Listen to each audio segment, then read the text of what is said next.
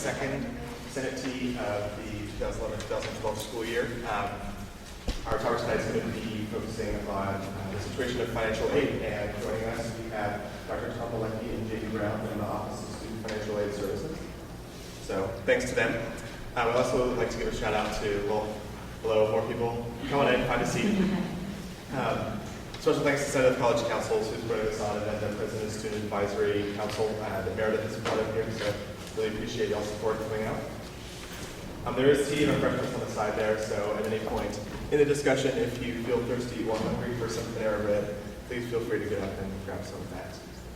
I guess we'll go ahead and get started there. So on your chairs, you have surveys about just general financial aid topics, and we really appreciate your feedback on that. We also have some handouts and flyers from our representatives from OSFS here. So take a look at that, and without further ado, I'll send it over to them for some brief announcements. Okay, go ahead. Yeah, that's great. Hi, my name is Tom Malecki. I try to pass for an undergraduate, but I can't do that anymore. So I'm just saying. So I'm the director of the Office of Student Financial Services, and if you're deeply in debt, that's my fault. But I wanted to start off, mostly what we want to do tonight is hear from you about things that might be of interest to you, things you're wondering about regarding both the financially that we have to offer to students here at the university, and also the financial aid process. Because we're trying to find ways to demystify that process, which is really interesting considering that we administer about more than 200 different financial aid programs, each one with their own little set of rules and stuff like that. So, but anything we can do to try to shed some light on that, I think is helpful. And sometimes we're too close to the forest to see the truth. We're the people who administer these different programs and push the money out of students, but we don't always, not always are always thinking like students anymore. I was a student last year,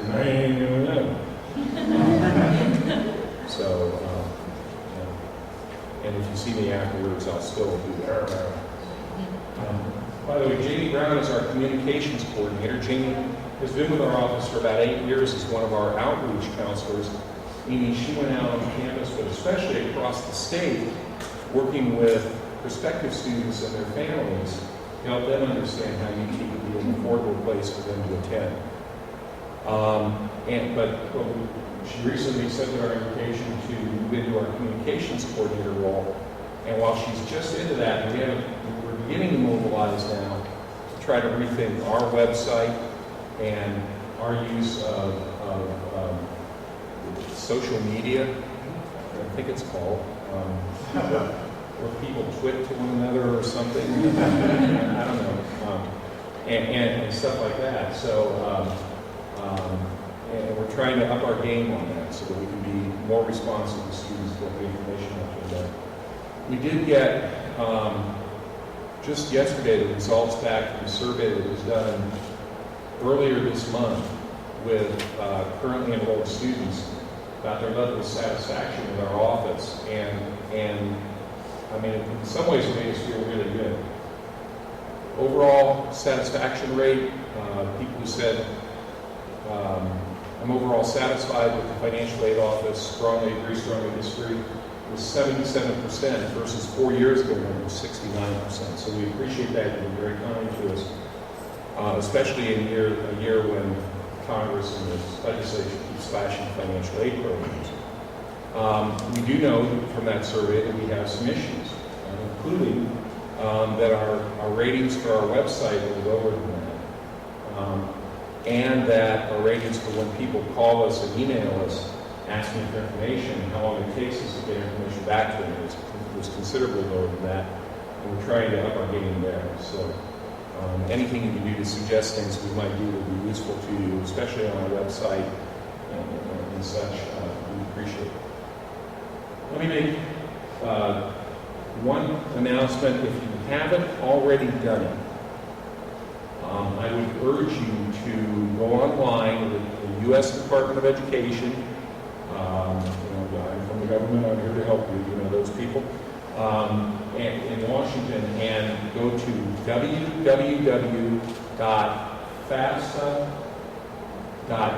for Education Department, .gov, G-O-V for government, and complete the free application for federal student aid, the FAFSA.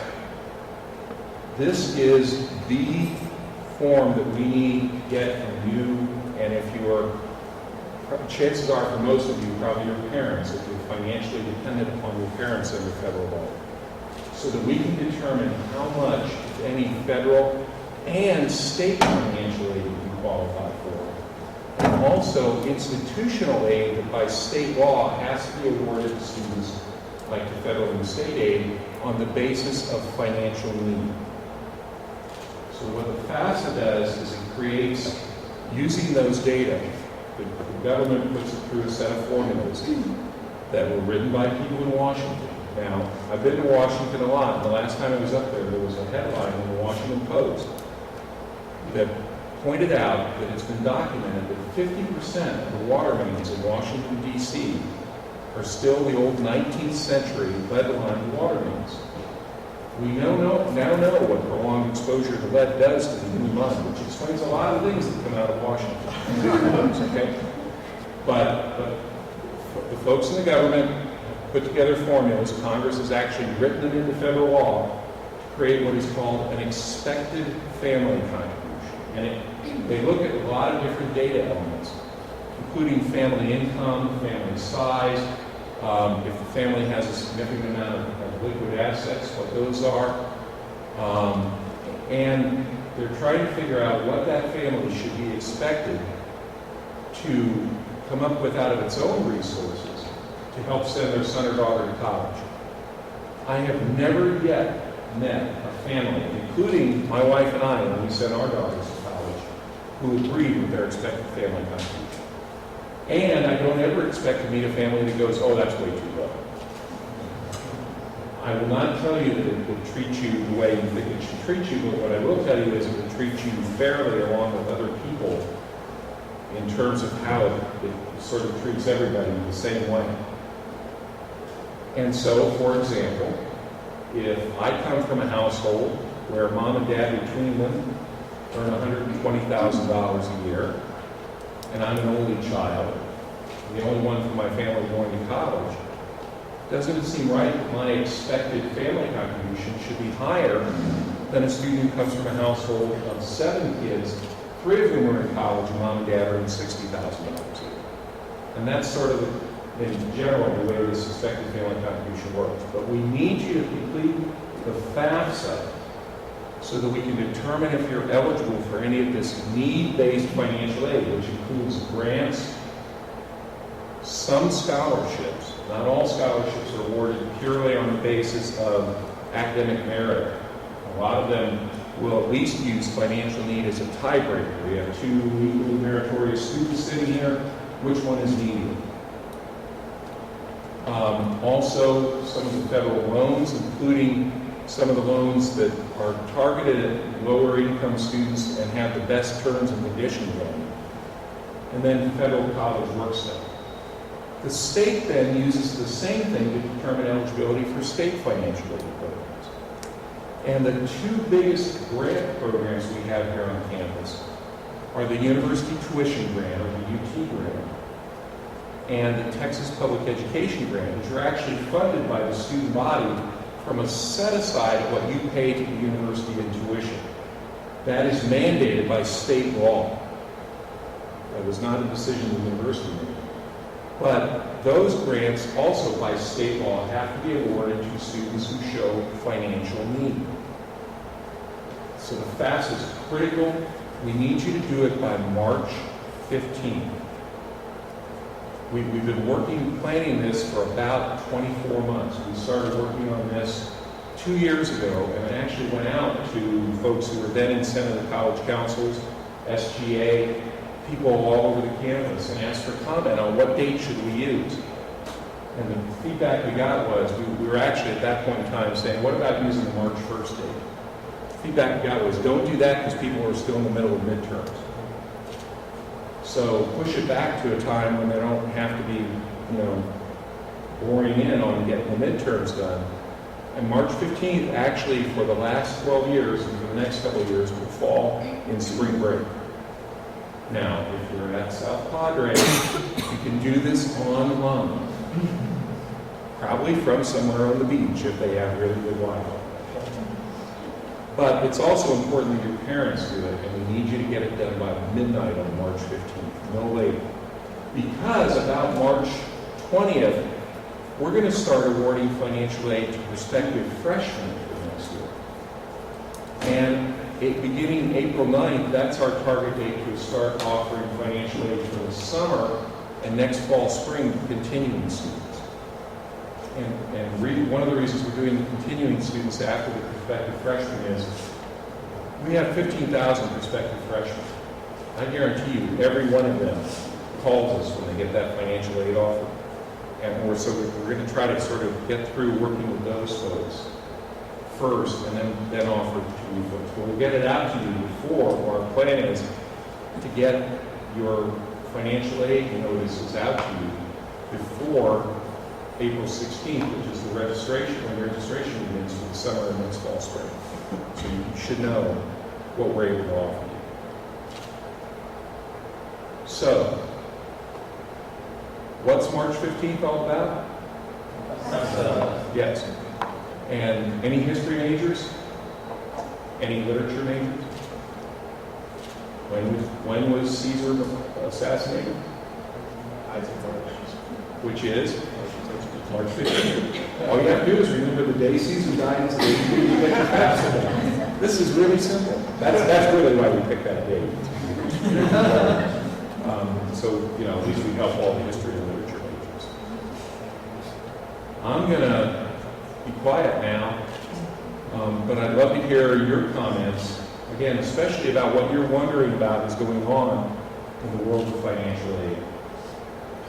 Both in our office and down at the state capitol and at Congress, and what you might be wondering about in terms of the process of applying for financial aid. So let me kind of step back and somebody start it off. Okay, great. Yeah, I think Dr. Delaney brought up some great points there. So we'll use what he said to kind of begin the conversation. So I guess the first thing that I wanted to touch on was how can the Office of Student Financial Services make financial aid more accessible to students? And this can be done, via the website, the homepage that you see here. And we welcome the floor to any conversation or ideas about what can be done for financial aid and how that can be more accessible to the student body. How many of you have been to our website? How many of you find it confusing? It's okay. We won't cut off your aid. Can you talk to me a little bit about how it is, what we might do to make it less confusing?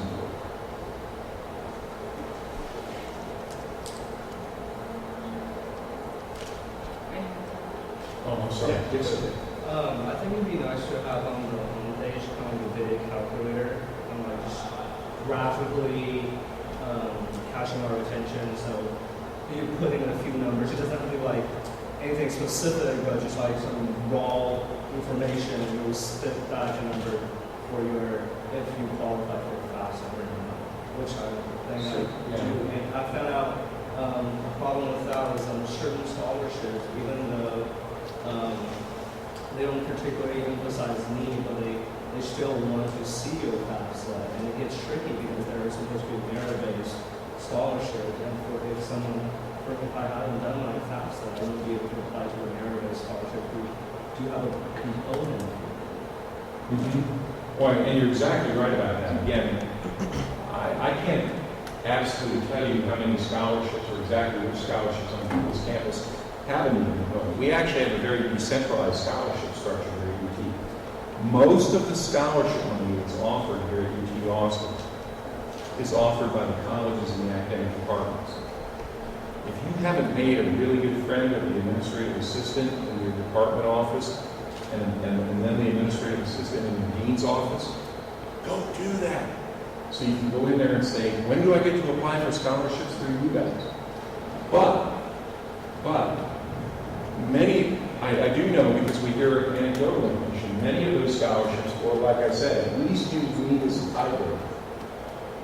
And again, if you think about it, in this society, to be truthful with you, by and large, economic disadvantage also often means educational disadvantage. So if you have, again, two students who've been through the mill here at UT and they're both maintaining the same GPA, but one of them came out of much poorer circumstances, the chances are that student may actually be somewhat more meritorious, even though by their GPA or something, they look equal.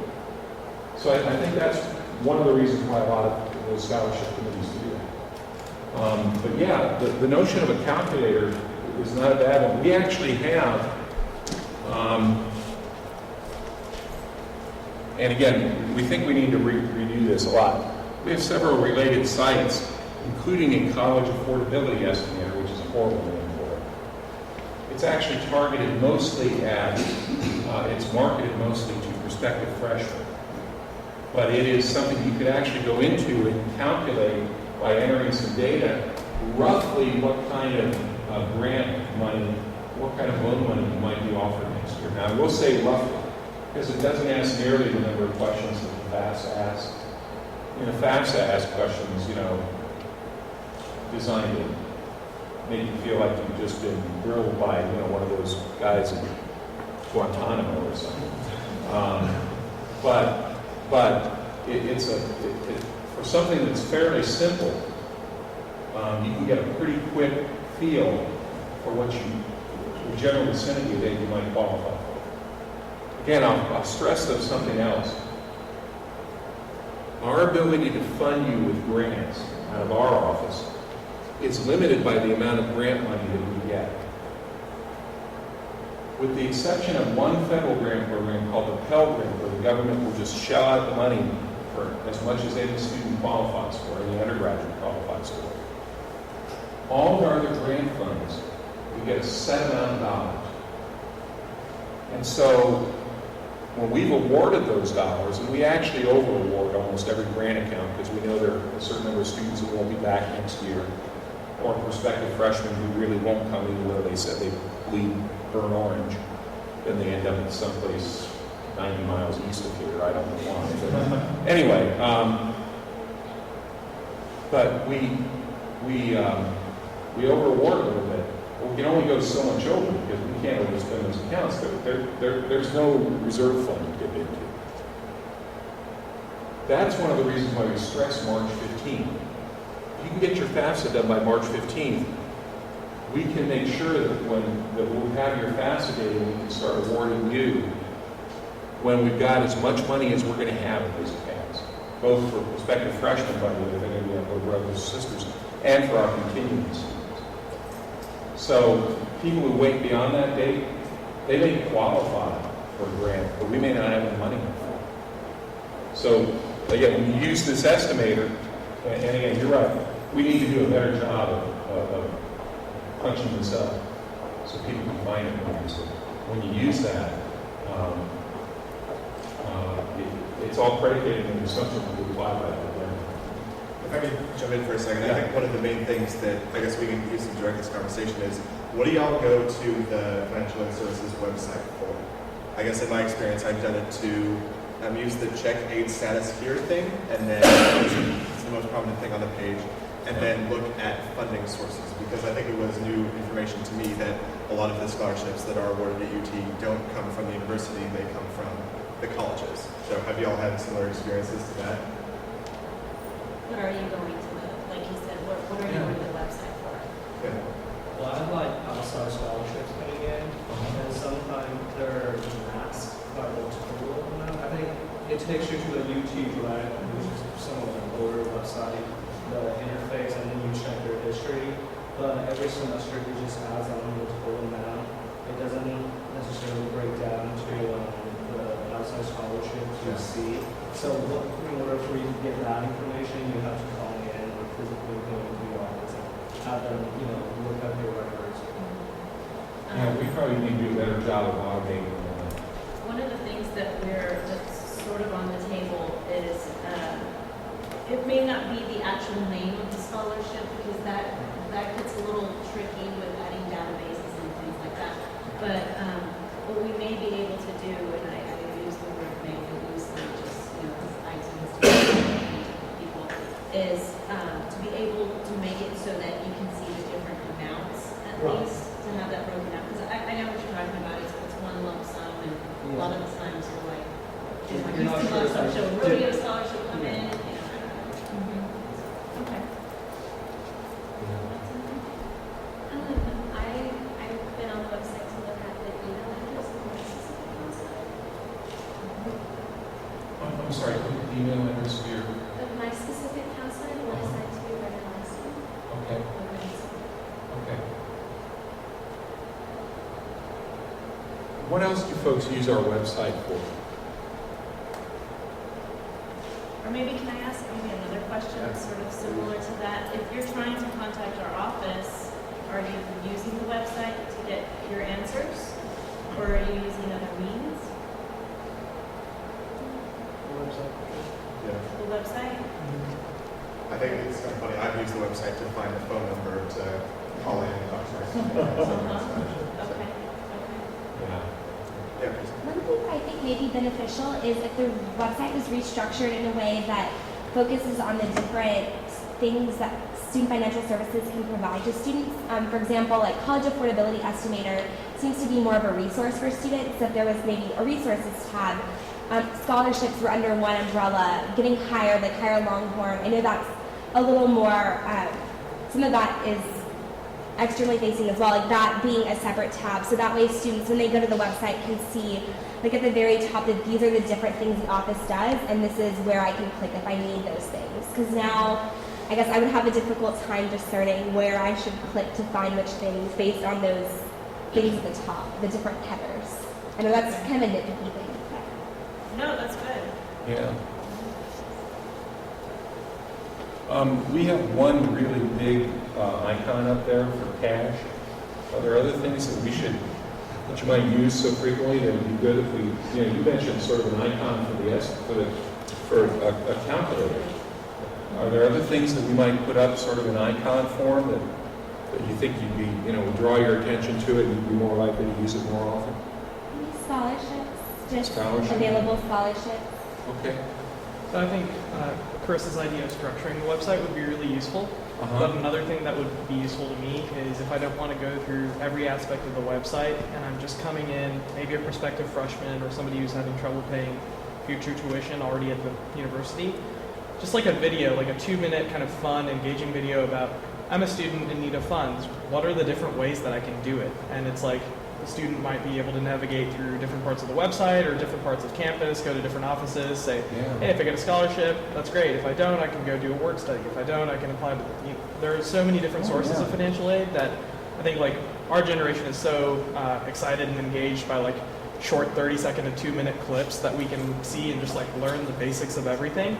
And then after the video's over, like you can have different sections of the screen pop up and say, to go to this aspect of what we're talking about, click this link. Instead of the quick links tab, you could have that video there, because I think when somebody sees quick links, I don't know if they would click on it, but if they see that video and then the quick links at the end of the video, we'll get more people going to those pages.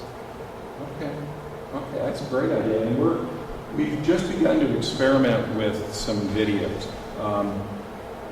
Our Bevonomics program, the folks who are in that, by the way, it's staffed by undergraduates, and they put together a couple different videos. One they just did for Valentine's Day.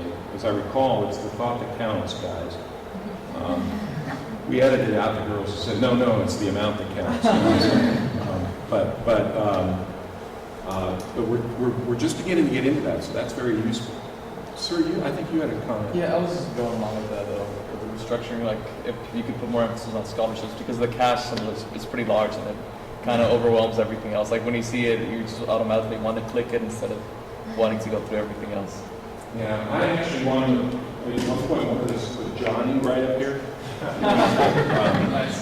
They wouldn't do that. So it is. It's giant, and we think we could probably put at least 4 different icons in the area we're right now using for that, and not really lose the ability to look at those different icons. So And that's something about scholarships would be helpful to you, right? Yes, like to make it more visible, because I mean it's there, but like I said, because cash is so big that it kind of attracts attention. Right, right. We actually have, one of the links we have off our website, which again is not very big right now, is Texas Scholarships, Find a Scholarship. It leads to our texasscholarships.org website, which is sort of our electronic version of a bulletin board. And as outside scholarship providers send us scholarship information, we put it on there. And they come in, and they're very uneven in terms of when they come in. You know, we'll get a week, we'll get 2 or 3, and then we'll go for a month without any. But we try to use that to post scholarships, and we really haven't done a great job of marketing that, I suspect, and maybe this can help. I have a quick question. On the Texas Scholarships website, I'm sorry, I'm not very familiar with it, but is there a way to select certain criteria on that you may fit? So for example, fastlab.com, I could select, like, I'm a liberal arts student, I'm a government major, so that way that website will populate all of the scholarships that are relevant to me particularly. There's not a way on texasscholarships.org itself, but we do link to some reputable scholarship search engines that we've looked at the criteria for. They don't sell your data, for example, to marketing firms and stuff like that, and they don't charge. Whereas FAFSA.com, if I remember correctly, does charge. So we have some link throughs to I want to say 3 or 4. Okay. Oh, sure. Just under related stuff. I'd have to click through the. Oh, I'm sorry, no, never mind, don't do it then. Okay. Don't worry about it. Yeah. We also, by the way, the other thing we have through TexasScholarship.org is we have links to the pages that the colleges have on, and some of the academic departments have on their scholarships. Ma'am? I feel like it would be very helpful, kind of going off of what Chris was saying, to have a few students at UT highlighted in the scholarship tab. So you would go there and you would see different students who have different types of scholarships. Maybe you have some that are partially covered by financial aid and also have an academic scholarship. Others who have an outside scholarship and perhaps a Pell Grant. Just because scholarships many times can seem really unattainable, and if new freshmen could come in there and see like, oh wow, this person did this did this, there are all these different opportunities, I feel like they would be more likely to go ahead and apply and achieve. It's funny, Jamie and I sat in on a webinar just this morning by a fellow at a State University in Maryland, who's the director of admissions. He was talking about communicating with students about things having to do with enrollment and staying in school and such. And he was talking about the value of stories and examples. And he actually, what ran through my mind as we were talking about that, he said, it's a really good idea to put something out there where other people can see it and say, well, if they can do it, so can I. I mean, it's sort of inspirational, but it also is, sort of just says, yeah, this is a real person who got this. Especially if they can look at it and see, okay, this person's a major, and they have the same major, they can say, oh, well, if you have it, maybe I can do it too. Yeah. Okay. All right. Other thoughts? I guess this is more of an IT question, but as a follow-up, would it be possible to do a Texas version of FastWeb that's specific to UT? I mean, I know that's a really complicated question that involves a lot of players, but I guess, is that something that's been considered, or? Well, we've not really considered that because the federal and state laws are very specific about having used the federal FAFSA process, in part because that ties into then the Department of Education and their computer system that does all those calculations that are so fair to all of you. But what we could do, for example, is, especially at a time like this, again, maybe one of the icons we should have up here is an icon to link to the FAFSA. Well, not necessarily FAFSA so much as FastWeb. I'm sorry, I was being Oh, really FastWeb, I'm a sorry. little congested.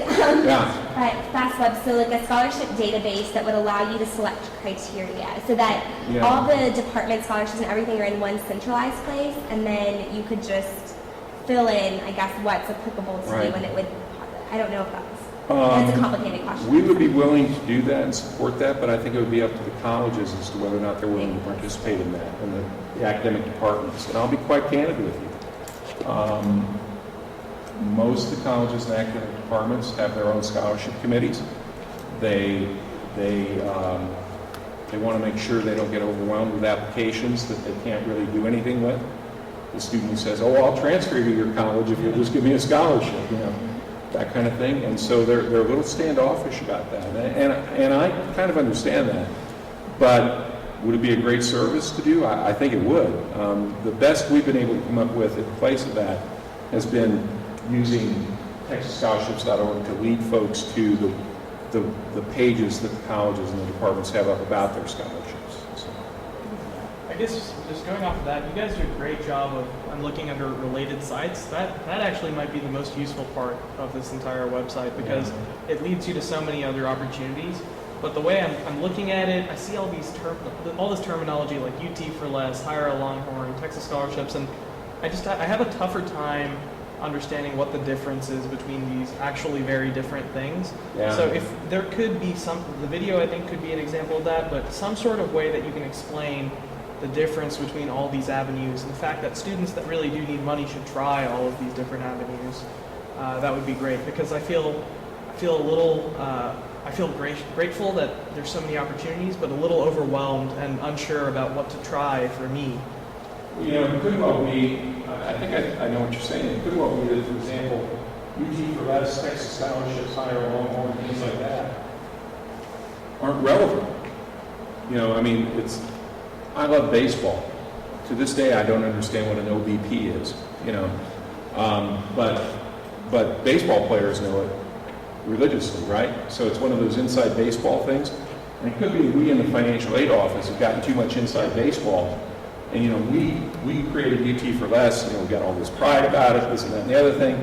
And maybe we don't need to use that title. Maybe it has to say, make your UT Austin education more affordable, or how to save money while going to UT, or something like that, Or even beyond the title, if there's a way that I can come to the page and find out what each of these opportunities is actually about, and which one I should be pursuing as my top priority, second priority. Yeah, there's a fellow in our office who was telling me that, what you should do is you should almost sort of have a headline and then have just enough words right under that so people can get a pretty good, a very high level feel for what it's about. And then they link from those words into something more, and maybe we need to get better at that. Sir? And going off that, I think that section, like Vargo said, has a lot of useful links, and making that more prominent on the page, because if I'm coming to the financial aid website, I'm probably going to be looking for something in there, but it's kind of lumped in with the rest of everything that's on there, and sort of like maybe doing a video like he was suggesting, but just sort of making all those links more prominent on the website, because that's what I think students are really coming to the website for. Okay. Good, thank you. Yeah, I think we've discussed a lot about the website and everything, but what kind of traffic or what kind of interaction have you seen with students actually coming into the financial aid office? And then what kind of services do you offer there? How can students be made more aware of? We actually don't offer a lot there that folks can't do by phone or through our website. However, there are times of the year where, I hate to say this, it actually may be more efficient to come into the office than to call us. We've actually, in August, if you've ever been to our office, it's the one time we really use that lobby space. Some year we're going to come up with a budget to at least put ice water out there for people after they tromp through the 105-degree heat over from Steuben County to our office. You can interact with our human beings there. And part of what we're trying to do is free up the time of our financial aid counselors, many of whom spend more of their time because of deficiencies in our computer system processing things, doing what a computer ought to do, than actually interacting with students. So what I'd love to do is have our lobby be a place that people can come to and sit down and have a conversation with a financial aid counselor if they want to talk to somebody. I know money is an incredibly personal thing. And I think I know enough to know that not everybody will be satisfied with what they can get off of the website or through some blast email or something like that. And so we need to do more of it. We're trying to find some ways to do that now. We have about 60 people in our office, and I would guess that they spend easily 80% of their time pushing paper. Because, are there any IT majors in here? I don't want to insult anybody, but frankly, you can reprogram people faster than you can reprogram computers. People are smarter than computers. So, but that's what I'd love to get to. But most of this, again, to the extent we make it understandable and easy to use, I think could mean that folks would, in theory, should never have to come to our office, at least unless they have a very sophisticated question to ask, sort of a high-level question to ask. That's what we're trying to work toward, and we're not there yet. Not at all. Trying to get there. I just have a question to pose to the audience, and this is very relevant to the times. Have y'all seen any effects on your financial aid experience due to the, I guess the budget shortfalls at the state and federal level? I mean, what effects have you seen or heard of, and then what concerns do you have about financial aid that perhaps Dr. Roy could address? Well, so last year we lost, since last year, we've lost almost 1 out of every $10 we had in grant aid to give to students here at the university because of state and federal cuts. At the federal level, some of the grants that they eliminated to save money in Washington were targeted at the neediest students that we have here at the university.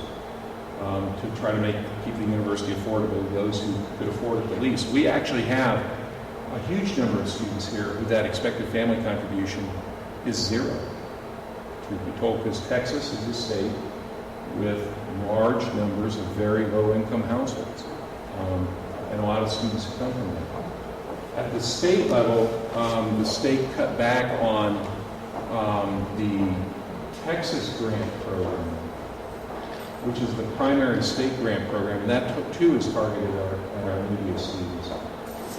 And we have about, in 2010-11, we had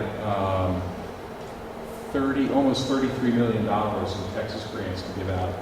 This year we have $25 million. And so, and if any of you have Texas grants, you may notice that your Texas grant actually went down from $6,780 for fall spring semester last year to $5,000 this year. Sir? What was that number that you just said? It was 33 million last year? It was about 33 million last year. It was just a tad bit short of 33 million last year. And this year we're about 25 million. So we took a significant hit on that.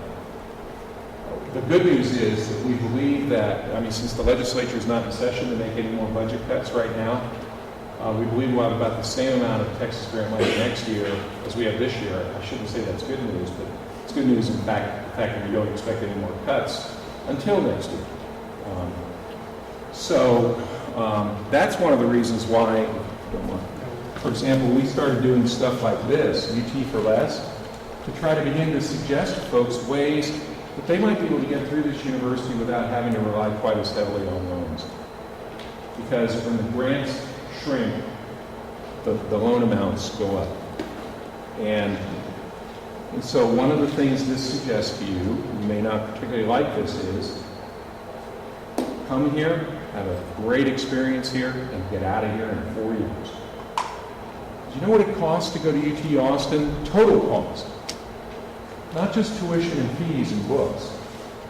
If you add in room and board, transportation to and from home a few times a semester, your personal miscellaneous spending, because even people on financial aid are allowed to go out and grab a pizza every now and then. I have gone to every bar around campus, and I've done audits, and nobody ever says they're using their financial aid to buy beer, so I know that doesn't happen. But it costs about $12,500 And only about 40% of that is tuition. The rest of it is living expenses and books. If you get out of here a semester faster, you save yourselves $12,500. And chances are you'll have to borrow a lot less. We know that the longer students stay here to get their degree, the more they borrow. People who graduate in 4 years borrow about, on average, about $7,000 or $8,000 less than people who graduate in 5 and 6 years. So, but it's not just that, it's other things. One of the things we tell new freshmen, they hate to hear it. Hey, how many of you have a car? Oh, yeah. Leave it at home. What? Well, if you factor in what it would cost, what students would borrow to spend money on paying for a parking pass on campus, and how much they'll pay back in that when they get done paying off their student loans, they almost double the price of that parking pass. And you guys know you can get around this campus without a car. In fact, cars are actually a pain in the neck to get around this campus. And you know you can get around Austin without a car. Now, getting to and from home, that may be different, but even if you live in Dallas, San Antonio, or Houston, where a third of our undergraduates come from, you can actually ride an express bus back and forth every Friday afternoon, comes back every Sunday night for less than you're paying parking fees. So, certainly. I was wondering if this has already happened, or if there's a possibility of teaming up with the Division of Housing and Food Services to offer like a low-cost meal plan for students that might not be living on campus, or offer RA positions on more of a need basis, so that students that are living on campus that have need housing for free. We've not teamed up on that. That's not a bad idea. We could talk to them about that. I don't know what the response would be, but we want to raise the issue with it. Because I guess right now, their cost of servicing students is definitely below the amount that they charge per meal, but very little. So, for example, for breakfast, they charge something like $3.40. Their cost of actually providing that breakfast is $3, but if you don't live on campus, you're paying $6 or $7 to come get it. But for a lot of students that do have need, they're able to find low-cost housing off campus, but that means that their meal expenses, grocery expenses are going to go up. Yeah. So. Yeah, every 2 years we do an expense survey with the student body, usually late in the fall semester. We'll do another one this coming fall. When we did that a couple of years ago, what we found was people who lived off campus actually probably paid a little less in rent and utilities than they paid for room and board in the residence halls. But you know where they kill themselves? Is eating out. So. Finding that out the hard way now. Yeah, yeah. I myself don't eat. That's why I'm so svelte. You don't want to use the common molecular diet plan. But let us at least broach the subject with them. I can't make any promises. I guess just throwing out some, sorry. Yes, ma'am. So, going back to talking about tuition prices and stuff, you said 14,000, but that's for in-state students. For out-of-state students, it's 17,000 for just tuition alone per semester. So is there and I know that it's expected to increase at a faster rate even than in-state students. So is there money moving in the direction of out-of-state students? There's very little money. There's very little grant money for out-of-state students. Again, by state law, those two big institutional grants that we give, the ones I mentioned earlier, may not go to out-of-state students. By law, any state grant program like the Texas grant will not go to an out-of-state student. So about the only thing that's left in terms of grant money for a needy out-of-state student is the federal Pell Grant. And there are some scholarships. We have a very limited amount because the legislature of the state of Texas is not interested in subsidizing people who are not their constituents. Now, that sounds like I'm really sort of bonking on the legislature. No state legislature is interested in subsidizing students who are not their constituents. Are you from the state? Yes. Where are you from? Wichita, Kansas. Kansas. Yeah, I will guarantee you, at KU and K-State, Fort Hays, wherever, they have much, much higher rates of tuition than, and probably very little in the way of state aid for out-of-state students. But the only state that's different from this is the state of Iowa. And they try to import students, partly because it's Iowa. No, but most states, they may not necessarily erect barriers to out-of-state students, but they won't build bridges for out-of-state students. And that detracts then from the diversity of the student body and the opportunity for Texas students, for example, to get to know students from Kansas or other places. And we can make a lot of arguments about how that undermines the quality of the education. But in the legislature, where they're trying to figure out how to fund a $27 billion shortfall, as they were in the last session, those arguments don't carry a lot of weight. And I'm not trying to criticize the legislature. I kind of understand where they're coming from. Their constituents who are paying Texas taxes would wonder why they make state aid, for example, available to non-residents.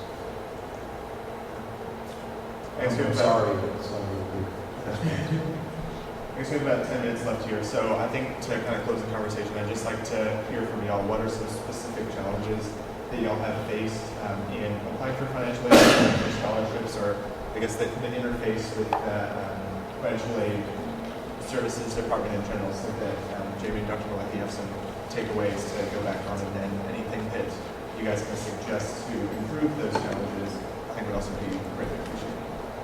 Yeah. So when I applied to the university, that's a scholarship, and I guess when you go throughout the entire process and do the EFC and everything that your parents are supposed to contribute, apparently I got enough scholarships to where the university retracted a scholarship that they gave me, and I had no idea that was even possible. Yeah. To where I was awarded a scholarship, and then I have to find out that the money that I'm using for books and housing, I have to pay back. Yeah. So I guess more information about, how scholarships work, and in the case, like, where's my limit? Because I didn't know that I had a limit to where the amount of scholarships that I could receive. And then I would have told them, don't send that scholarship, because in the end I lost some money, because the amount of money that they retracted from me was more than that scholarship that I was getting. Yeah. That put me over the limit. When I got here, and by the way, this is my second time at the university. I started out in current financial aid here back in the 70s, as you can probably tell, and came back in 2008. When I got back, we had that policy, and the second day I was back, an assistant dean came in and said, "We've got to change that policy."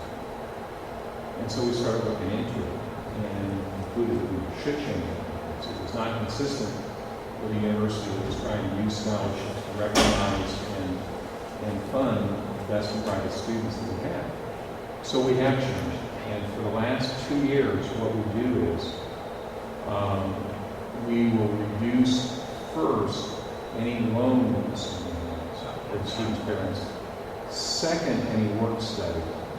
Only then, if we absolutely must, do we dip into any kind of grants or scholarships that we have in our office. Now here's why we might have to do that. Because federal and state law said you may not, quote unquote, over-award a student in financial aid if they have any kind of federal or state-regulated financial aid. Over-awarding means the cost of attendance is, let's say, $25,000. That's what it costs for 2 semesters here for an in-state student. Minus that expected family contribution. And let's say a student has a $20,000 expected family contribution. I talk about the students who have 0 expected family contribution. We also have, we're much like the state of Texas. We have students all over the map. And so we have students with very large expected family contributions. And then we award them to meet the difference. That's their quote unquote financial need. And if the student then gets an outside scholarship, we also have to take that into account in determining whether or not they can keep any of the financial aid that our office is going to offer. That's probably what you got caught up in. And I hate to say this, we can't do anything about that if there's any federally or state regulated financial aid package or financial aid from our office because of the way the law is constructed. It would be great. It would be cool. I actually knew a young woman once who got so much in all private scholarships. But by the time she got done with college, she actually had money left over to help pay for grad school. And I'd love to be able to do that, but let people carry money from one year to the next. Governments aren't that trusting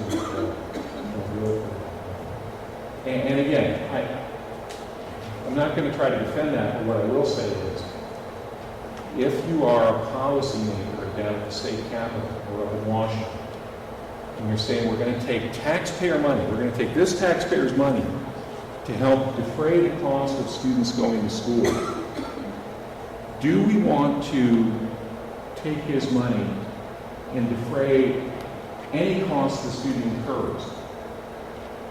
Because the fear is that, for example, and you probably would have done this, but the fear is somebody will just take that scholarship on top of their other financial aid and just move down kind of one of the high rises, or someplace that, affords them a much, much higher standard of living. And should he be, while he's trying to figure out how to pay his property taxes and sales taxes, he's subsidizing you to live at a much higher standard of living. I'm not trying to accuse you of that. And that's why they say we have to make these adjustments and stuff. But what we did when we changed that policy was we found that probably about 95% of the times when we would have reduced, because we used to go in first and reduce our grants and scholarships as the first dollar that we reduced. When we split the policy, about 95% of the time we don't have to make any reductions anymore. So I guess the only thing I can say is congratulations, you're under 5%. I'm sorry. Say one thing, because I know you're not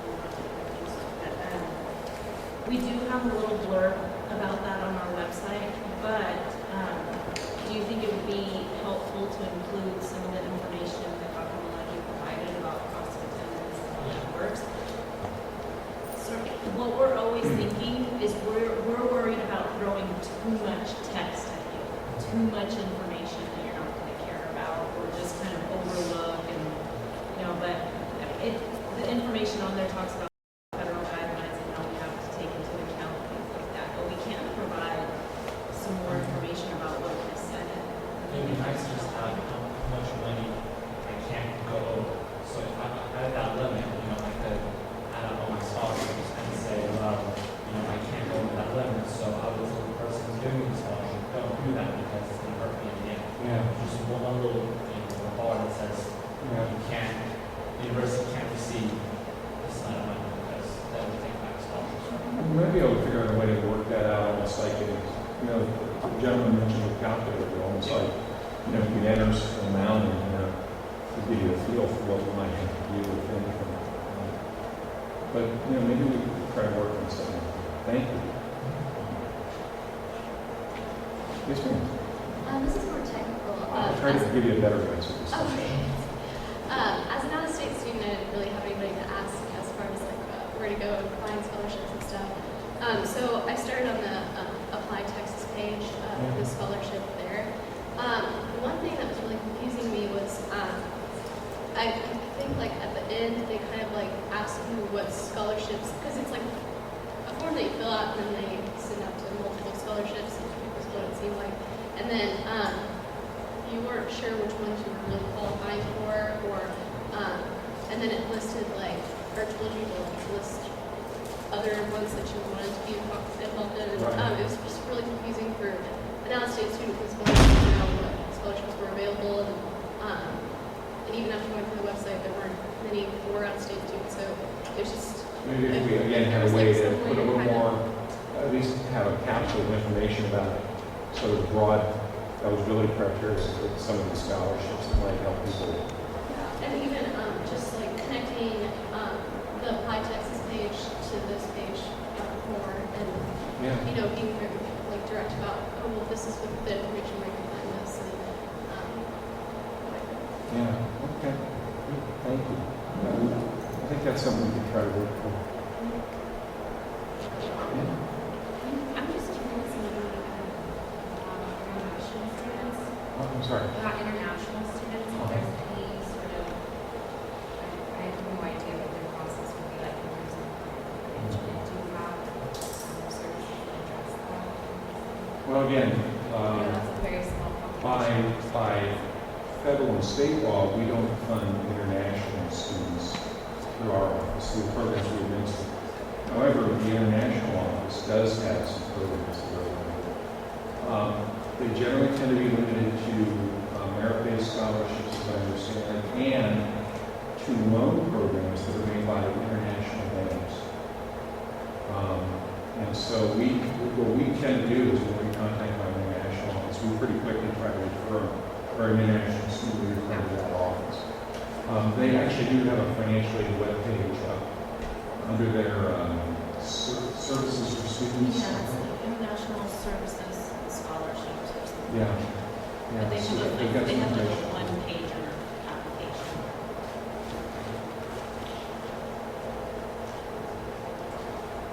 Yes, ma'am. I'm just kind of thinking about the potential tuition increase next year. What does that mean for a incoming freshman or continuing students?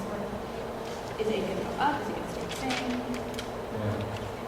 We're actually not sure whether or not there's going to be a tuition increase this year. We've been talking to folks down at the UT system, and it's not been scheduled on the Regent's agenda yet. So we don't even know if they're going to consider the issue. If the Regents do raise tuition, according to the calculations we got from the University Budget Office, that would increase the amount of money that is set aside for financial aid by about $2 million. So those university tuition grants I talked to would grow by about $2 million, which right now they're at about $26 million. So take it up to maybe the $28 million range. That's not enough to cover the full tuition increase, obviously, for every student. The other thing, though, is if we do get the tuition increase that was proposed, which I'm trying to remember, was it 2.6 or 2.9%? 2.6%. That will have an impact in terms of raising the total cost of attending the university by our calculations by a little less than, on average, a little less than $300 a student. Now, depending upon what college you're in, it might be a little higher, it might be a little lower, because as you know, here at UT, every college has its own amount of tuition that it charges. So it costs more to be in, say, Combs than it does in the school education. But even at a 2.6% increase, I do want to say one thing, and if you'll bear with me, I have to put my university rah-rah guy hat on here for a minute. The national average for tuition increase from last year to this year was 8.02% at public four-year colleges and universities that offer PhDs, that also offer PhDs, UT-type institutions. A 2.6% tuition increase is well less than half the national average. I'm not trying to defend it, but whereas early in the 2000s, when the legislature deregulated tuition rose very quickly here at the university. Over the last 4 or 5 years, we've really been putting a lid on tuition increases, and yes, it has increased. In part because, for example, the legislature cut the university's funding by $92 million. And quite frankly, I really like my job. But I won't do it for free. And so we got to pay for the place. And so a 2.6% tuition increase in an environment where we're getting slashed on state funding versus a national average of 8.02% is a pretty low tuition increase. Having said that, do I want to see tuition rise? not particular. I'd love to keep the cost of tuition down. But remember too that only about 40% of the cost of attending UT is tied up in tuition. The rest of it is, unless you're from Travis County and you can commute, the rest of it is room and board or rent, utilities and groceries and things like that. Ma'am? Is there a reason that the budget shortfall has to be on the back of the students? I know this is a university and it's supposed to be about the students. I see administrators getting raises, our classes getting cut, financial aid getting cut. We have to carry this university when there's money here. And why is that? There are plenty of administrators who make more than $100,000 a year. So why can't they half their salary? Matt Brown just got a raise. Yeah, we are struggling, and that's not right. Yeah. Coach Brown did get a raise. Coach Brown isn't paid at all from tuition. It's paid all from the revenue that the athletic department earns. The athletic department legally is actually a separate entity from the Why university. is that though? I'm They're sorry. part of the school though. It's the University of Texas Longhorns. Yeah. So that money should go to the school. I remember there was a time back in the 90s where there were plenty of stories where the football team wasn't as awesome as it is now, and we had the university paying for it. But as soon as they started making their own money, they're like, oh, this is our money. You guys find your own funding, and that's not right. Well, and I don't know how much, but the athletic department actually does give the university several millions of dollars a year. Not, It's on average $5 million. $5 million a year. And how much is the program itself paying? So it's actually kind of to speak to the national trend in the separation of athletics and academics. It's actually recommended nationally and is becoming a very popular movement that's very important in my opinion. The rationale for that is because it does cost a lot to keep them running and all of that. It's better that it's separate because they're able to give back to the institution. They're able to keep their books completely separate from academics. Because if it did go into the general pot, it seems as if a lot of that would be given back directly to them to keep their upkeep, to keep going. So it's actually better that it's separate because they're able to give back to the institution. I don't know, do you have a specific question about that in particular? I will point out, in that separation, Students have to pay for this crisis. That's my question. in that separation, that also means that if the athletic department has some years when it's not making as much money, the university does not kick in any money to back them up. Okay, but I don't see why administrators still need to make so much money. There are plenty of administrators who make more than $1 million, more than $100,000. How many? If they make $300,000, How many? you can cap. I'm sorry. half it. I'm sorry. If they make How more many? than $300,000, if we half their salaries and then put that in the pot for tuition, then so they make Yeah, I'd be interested in $250,000. knowing how many administrators at this university make more than $1 million. I can look it up. Go ahead. I can tell you. Do it right now. All right, I will. I would say it is unfair that students do have to carry this on their backs. I sat on the Tuition Policy Advisory Committee this year. A lot of what we were looking at, though, was slashing departments, slashing academic programs, slashing services to students.